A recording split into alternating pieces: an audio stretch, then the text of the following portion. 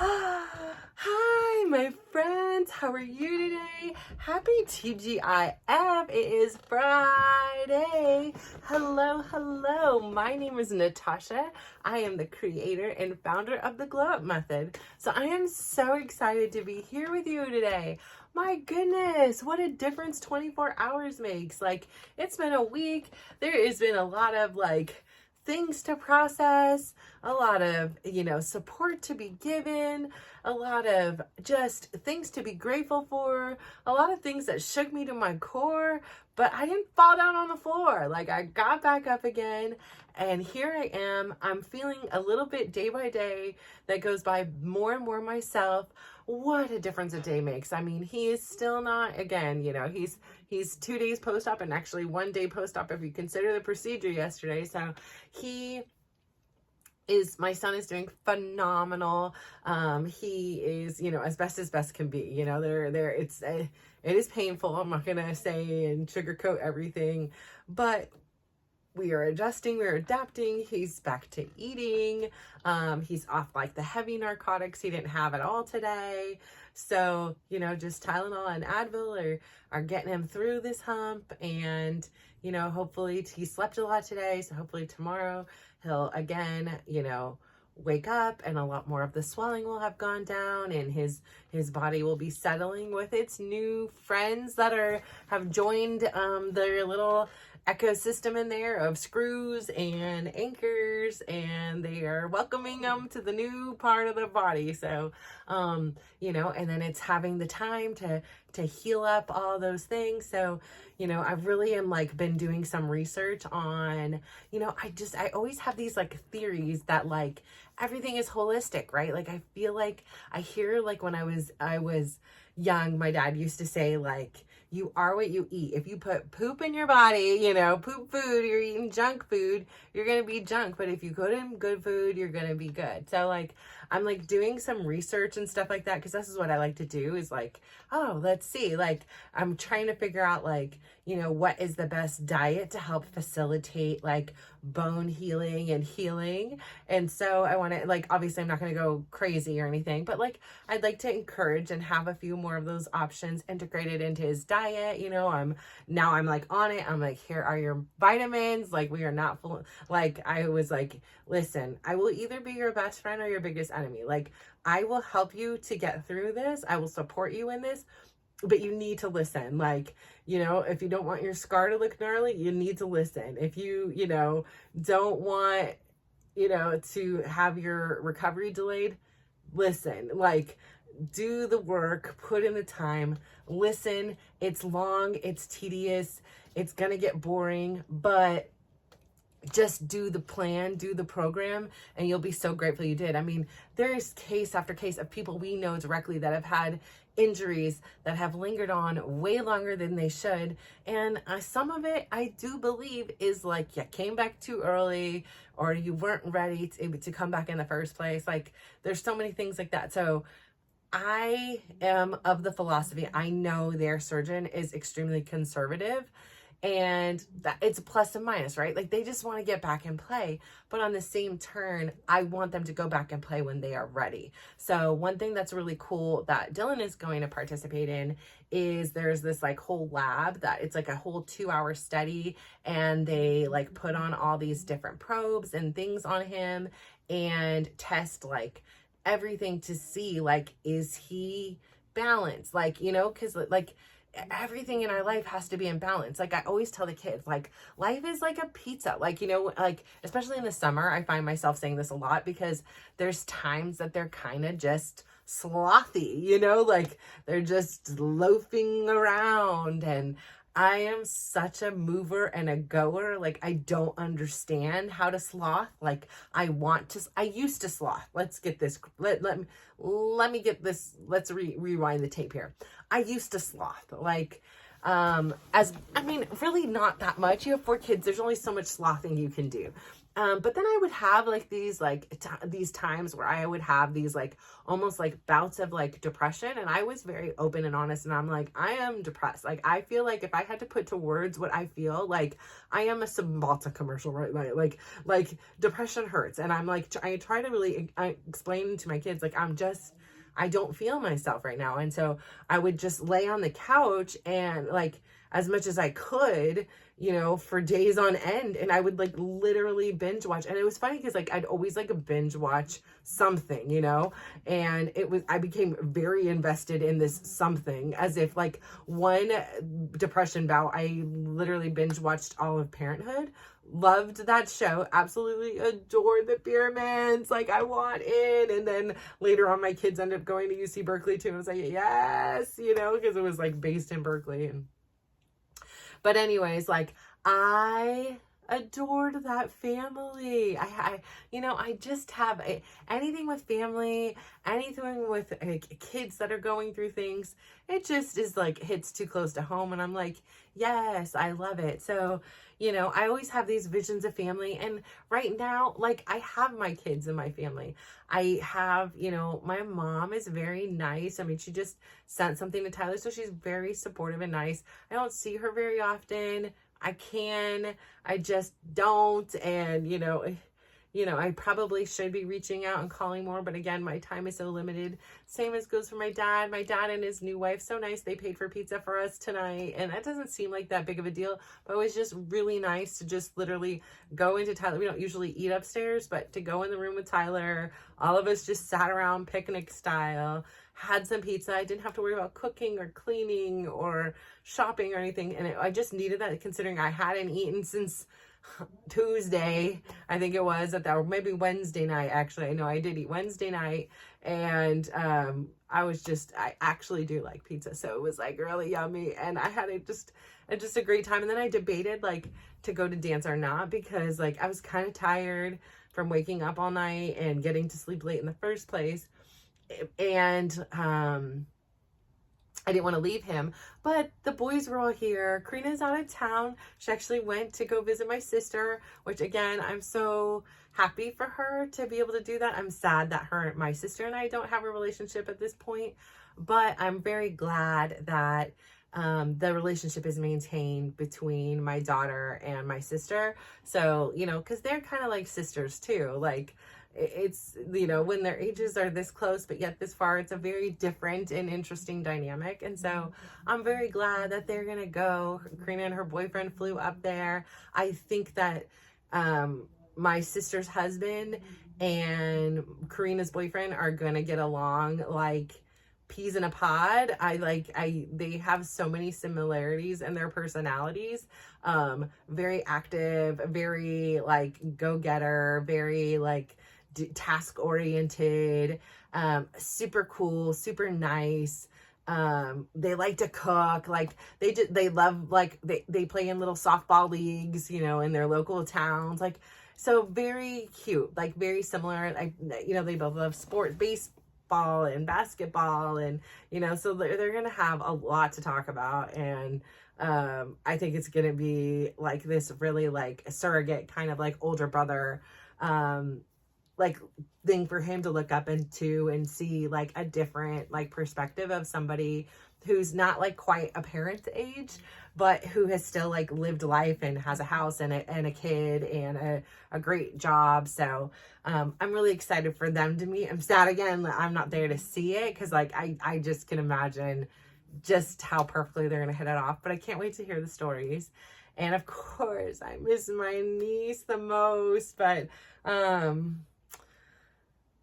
it is what it is. I can't do that. I wanted to also say, like, Chris was kind enough, you know, he reached out and sent an email and apologized for the things he said and did yesterday. And, you know, and I appreciated that. And, you know, I was glad he did that, because I was planning on sending some communication to be like, you know, this is not an acceptable way for me to be treated. You know, like I wanted to really speak up for myself and to just address the conversation. So I'm glad that he opened up the conversation with that.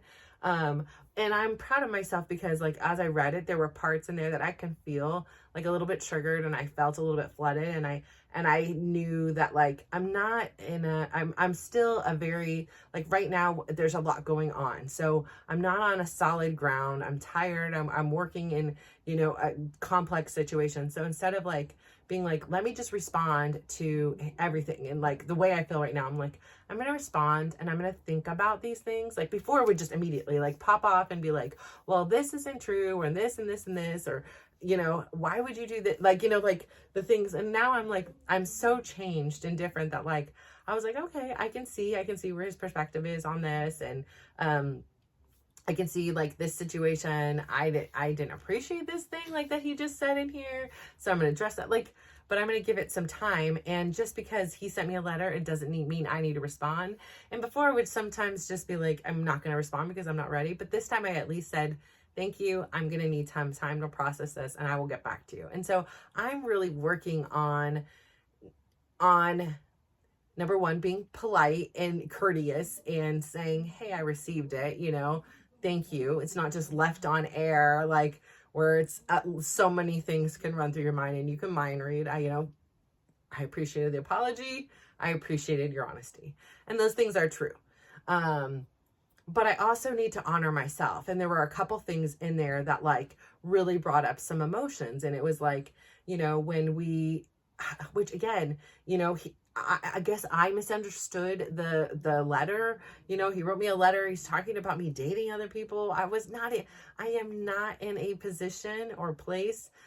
First off, I'm married. Like, it's still like nothing has like officially been signed or sealed or any of that. Like, I am marrying to myself. Like I am working on my own thing. Cause again, like I said, like I feel like, and this is where I think the 20s and your teens, being single is important. It is nice to learn how to navigate a relationship because you're going to have to, right? Everything's not going to just be your way. But like where I missed out, where there was some kind of loss, was there wasn't this opportunity to kind of be alone and discover what it was I want. It's like, when you're a kid, right? Like you're in a classroom, the teacher asks a question and you know the answer, right? You know the answer and you go to put your hand up and you're like, wait, no, you second guess yourself.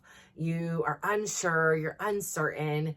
And then eventually like the answer comes out and you're like, I knew it. Why did I second guess myself? Why did I hesitate? And I feel like so much of my life, I've done that. Like I've known the answer and I've hesitated until so many times of like doing this over and over in a classroom that like, it just now was so buried. Like I didn't even know the answer. Like I didn't know what I wanted. I didn't know who I was. I didn't really cultivate this opportunity to discover these things. I just showed up the way that I anticipated would be the most peaceful, which would be to accommodate these other people in my life. And they didn't ask. Like nobody directly said, this is what you need to do. It was just the dynamic that was created. And I really had this belief, like I was worthy of this. I was so lucky to even just have this. And, that anybody would even kind of like me. Like I just had such a low self-esteem, a low sense of worthiness, a low sense of as in almost like non-existence, like no love for myself, like no kindness. Like I say, if I would make a mistake, like say something like yesterday when I was like, hey, he did mention something felt off when he woke up, but then, I related it to something else. I asked the nurse and I said, is that because of this? Yeah, that's normal because of this. Okay, fine. So you're just thinking this is procedural. This is, like you just had major surgery. Like it's going to be, things are not going to feel right. It's going to take a minute. And so, we get home and it keeps going on and you're just like, this is weird, it's unusual. And then I'm like, I have the blessing and the curse of having been down this road so many times before, but I'm like, this is not something usual. I didn't hear this before or anything near. And then it goes on to the next day and you're like, this isn't right, you know, this is not normal.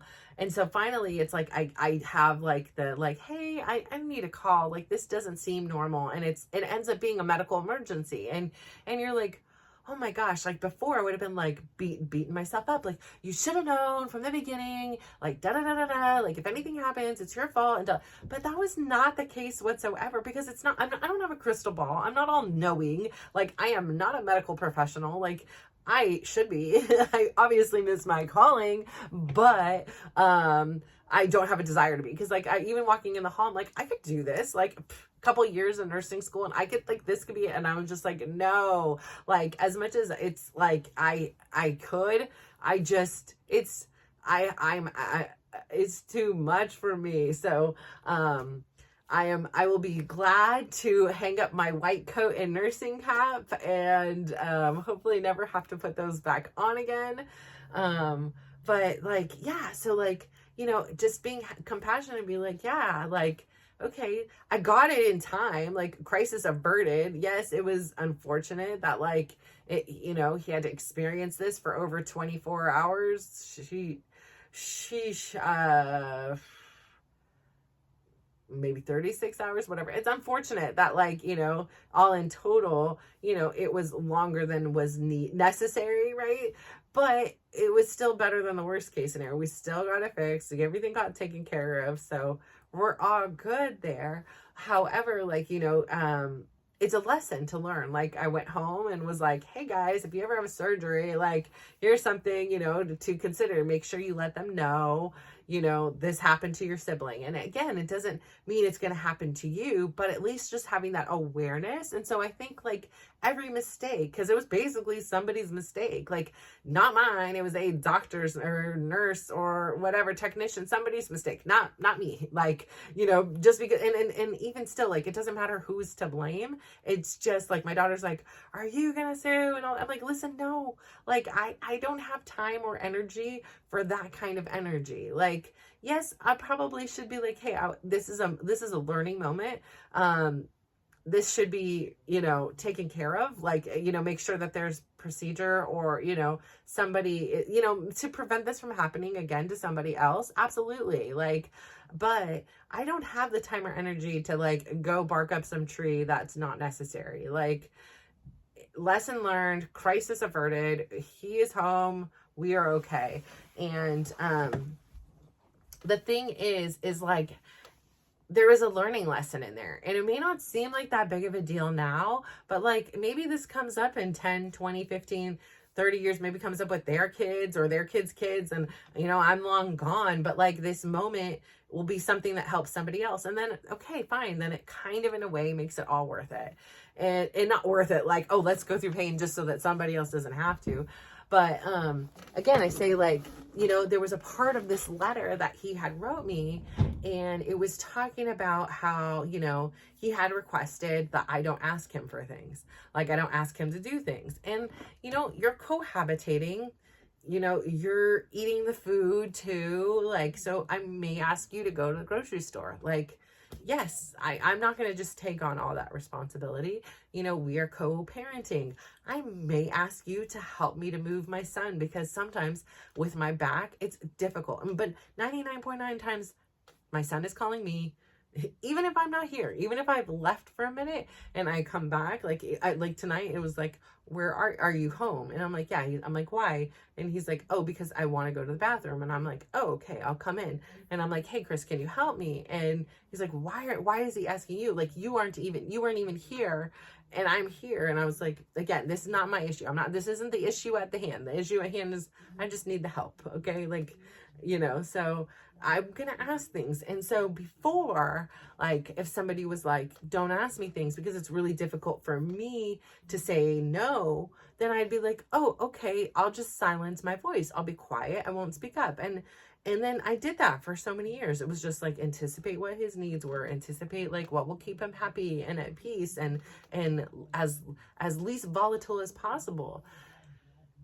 But it didn't get me anywhere. Like, it worked for him, which is why when I started to find my voice and I began to change, of course he wasn't happy, because, you know, all these things that he had no idea were killing me on the inside, were crushing my soul, I just had silence. I stuffed down, and every once in a while I'd probably blow up, because I resented him for it. And, you know, but I also like enabled this behavior. Like I taught him how to treat me by not standing up for myself. And so, when he said that, I was like, no, I'm not going to not do my work, because my work is to communicate. My work is to say, hey, these are my needs and wants. That doesn't mean that the person is going to give me all my needs and wants. I'm saying, hey, I need help right now. I'm hurting, whatever. I just need help lifting up the leg today, or I need help, two of us to take him to the bathroom, because I need one of us to lift the chair and one of us to hold him, because he's not eating enough. He's medicined out. So like, he's not in his full strength yet to be able to navigate this on his own. He will get there eventually. Dylan got there eventually. They learned how to like manhandle the brace and lift everything and do things. So he will absolutely get there. So I have no doubt about that. It's just not today. And so I still need some help. Like, so I'm going to ask for things, but that's his work to say, this is my boundary. This is not what I'm doing. I'm not asking for a personal massage. Like that obviously is, too far, but like, I'm going to ask things. And, I get that he asked me to not do it. And then, he was like, and if you can't, then I can't live here. And again, that's up to him. These are not like, I don't like to be kind of like threatened and told like, hey, you have to do this or this is going to happen. Like, that's fine. Like, you have to do you. And so basically, when it came to it, I have to respond in a way that says, I need to also honor myself. Like, I have to do my work. And I hope you understand, like, doing my work is communicating. Doing my work is saying, hey, these are my needs and wants. Like, again, it's up to him to do it or not. And then it's up to me to decide how I respond, And the same thing goes with like, the aggressive treatment to me, passively and directly. Like, I am not okay with having that kind of behavior. And I get it. You have a bad day, you have a bad thing. And I'm not saying that all of us don't have moments and minutes, but when 9 out of 10 times that we're in one another's presence, it's this aggression towards me, it's very threatening. It's very unsettling and it's very unsafe. And I know we are both doing our best in order to honor, our son's requests and our, desires to try to keep this family together. But I'm also not going to jeopardize my own personal health to accommodate that for somebody else. And, I feel like I need to communicate that because I too have a limit, and I'm going to let him know that these are the limits. And if those continue to be crossed, then I'm just not going to be able to give that to my son as much as I'd like to, because again, like I'd say, I'd love to be friends. I'd love to be able to be like, let me help you. Oh, you have a colonoscopy. I'm happy to take you there. Like, you are still my friend. I still have love for you. I just also have love for myself. And unfortunately, our ideas of what love is are different. And it doesn't mean mine's right or his is wrong. They're just simply different. And, his argument is, I just can't believe we're not worth fighting for. And mine is, I don't want to fight anymore. That's the whole point. I need the peace. I want the serenity. I don't want to be in a fight all the time. And I've put in effort. I've put in a quarter of a century worth of effort. And, I get it. You have a lot to work on and a lot to do. And years of me asking you to go to therapy or participate in these things, you didn't want to. And then when we were in therapy, to spend so many sessions saying, this is a waste. Why are we doing this? This is over. Eventually I have a limit. And before, that limit was like endless. And I was, I would boast that I'm loyal to a fault and I'll always be here. Well, I feel like that loyal to a fault person is no longer here. Like, I'm okay, like there's certain things that like my boundaries are my boundaries, and they get stepped on, he also said in there, like, he communicated with my siblings and pleaded with them to take me back and be my friend, and how hurt, and I didn't ask for that. I didn't want that. Like, I appreciate the gesture, but like, I am a big girl and can communicate with myself. I don't need anybody going and speaking for me when I never asked that, or I never wanted that. I feel like it's very invasive. And I know it was coming from such a good place, right? Like, he just wanted to help. He, sees me sad, and I'm sure like somewhere in there, and he thinks in his mind, like, I'm a hero, I brought these things, and she'll see I'm a good guy and all these things.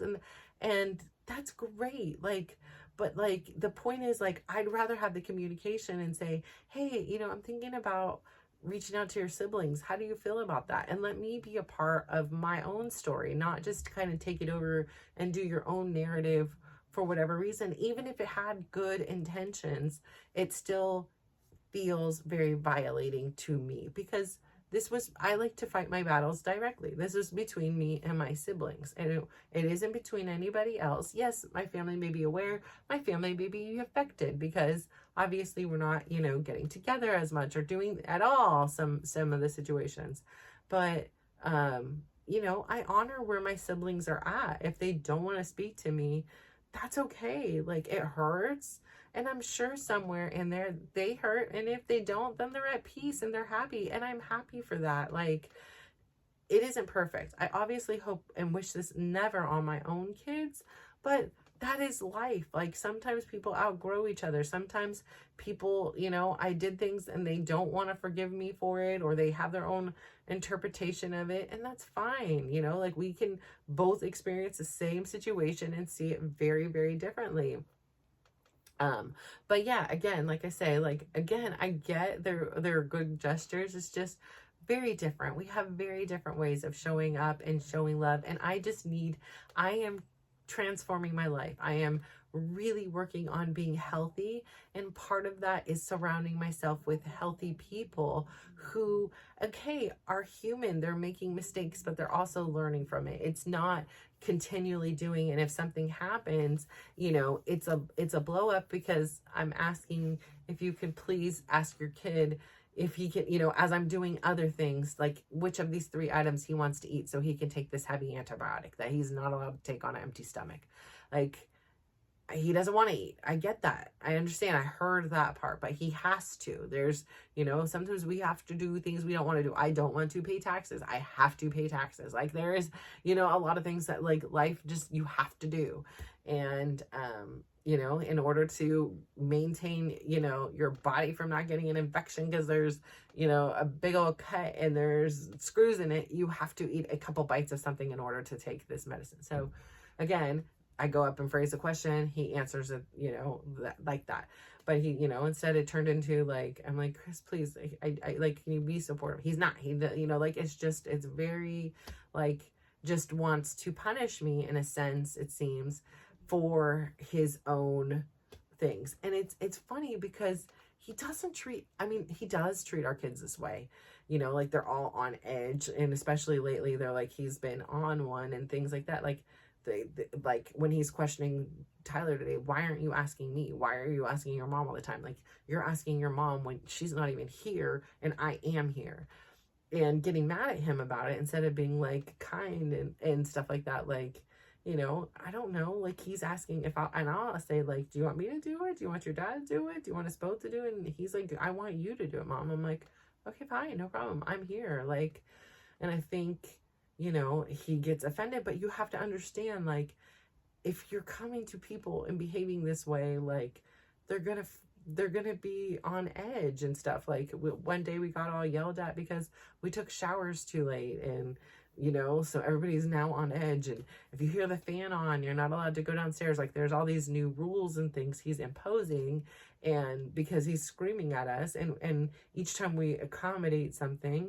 a new thing comes up. So it's a very tricky situation. But then there's great moments too. He was just outside, playing cornhole and ladder ball with Dylan, and he had lunch with us. So, like, there's good things too. I'm not saying it's all bad, but it's just the bad is really bad. And I just can't, it's not healthy for me to be in that situation.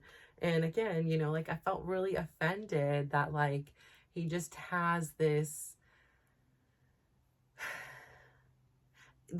vision of me that I am worthy of nothing more than being treated that way when I've said, like, I feel this is very abusive, and I feel it's very bullying. I feel it's very hurtful. Like, and I'm telling him this, and it's like, well, you're never going to find anybody else better, or this. And it's not even about finding somebody else better. It's just finding myself and saying, what am I going to allow to happen? And so I don't know. Anyways, that was a whole lot of spiel. So I really hope that you are surrounding yourself with healthy people. And if not, if there's that little bird inside of you, like, listen to it. And it's scary. Like, I never imagined, like, yeah, there were times when there were arguments. And I remember when I was, raising the kids, and many things happened. And I was like, I would have to tell myself, like, I love them more than I dislike him. Like, I love them more than I dislike him. Like, I know I can do any of this on my own. Do I want to? No. Like, I want to have an intact family. I want that happy ending. I fantasized about this my entire childhood. I imagined my kids and big holidays and all the extra family members that were here. And for a while we had all that.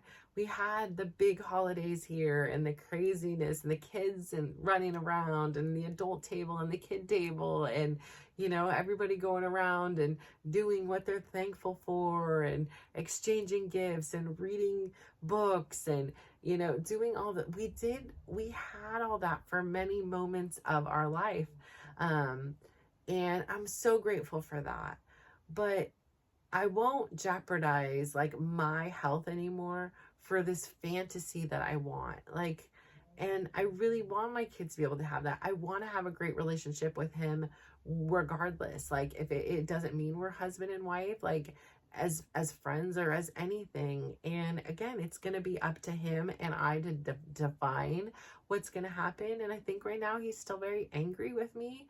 He resents me. He thinks that I brought this on, myself, when he's writing me emails about having boyfriends and things. And it's like literally the last thing on my mind, because I just want to get healthy. I want to take care of myself.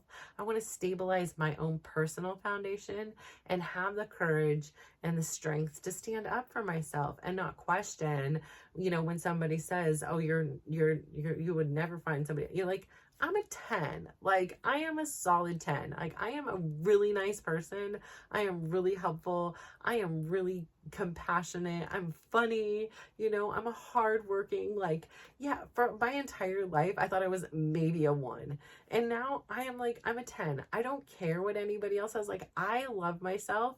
And I know that sounds crazy. Like, I had to I have this part of a healing playlist, and it was there's songs about loving yourself and part of it. Cause it's I really needed to be this is okay. It is better than okay. It is acceptable. And if nobody else on this planet thinks I'm a 10, I think I'm a 10, and that's cool. That's fine. I don't have to be a 10 to everybody else.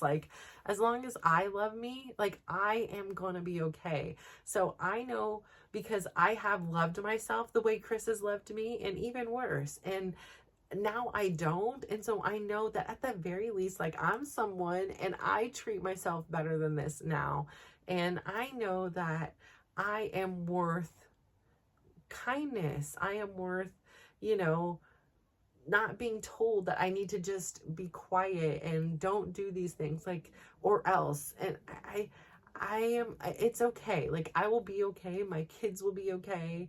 And he's got to do what he's got to do, but I'm not going to silence me so that he doesn't have to do his work. That's his work, to establish what his boundaries are. And we move from there. I say something, or he says something, the other person does or doesn't do. They respond how they want. And then you kind of come and say, here's the compromise. Here's what I can do. But I will no longer silence me just to make somebody else comfortable and in peace. I don't have to be mean. I don't have to be pushy. I don't have to be any of that. I just have to be honest, and I have to be me. And that is my job. And so I ask you today, is there anybody that you're silencing yourself for the sake of peace? And you know, it works for a while. It does. Like you think like, oh, I'll just be the martyr. I'll be quiet over here. I'm not going to say anything. Like I can't stand this food, or I can't, you know, like whatever, like, you know, they, whatever it is, like, I don't like the way they're talking to me and this thing, but I don't want an argument, or, you know, they always put this thing here and I ask them to put it here and I'll just move it every time. Like we do these things because we just want a peace. We want like balance. And then we start festering and growing resentment inside, because it's like we are just silencing ourselves. We are not a person. We are just becoming their little puppet to make them feel comfortable. And I'm not saying that I haven't even like been the puppeteer in these situations. You know, I can imagine there's times that my kids are like, I'm just not going to say anything because I don't want her to go off. Like, you know, like I'm sure there were moments, and I'm sorry for that, because I don't want to silence who you are. Let's have a conversation here. Let's talk about this and, you know, come to some kind of conclusion. Like, here's what your wants, here's my wants. Like, let's talk about it. It's not just my way or the highway. So I say all that to say, really listen, really discover who you are, and find the courage to communicate what your needs and wants are, because you are so important. You are beautiful. You are lovely. You are a literal 10. And if nobody else can see that, I hope you can see that. And because I can see that, like, you legitimately are amazing. I am so stinking proud of you. Like, you inspire me. I'm sure you inspire so many others. And I hope you inspire yourself to keep doing your work. Keep believing in yourself and give yourself some love. Put on the I Love Me playlist and like have a good time. Like, yeah, it's okay to do this. It is better than okay. And I am so grateful for you today. If you could do me just one favor, go out there, give somebody a big smile, give them a compliment, and just watch how they glow up. So thank you so much. Bye.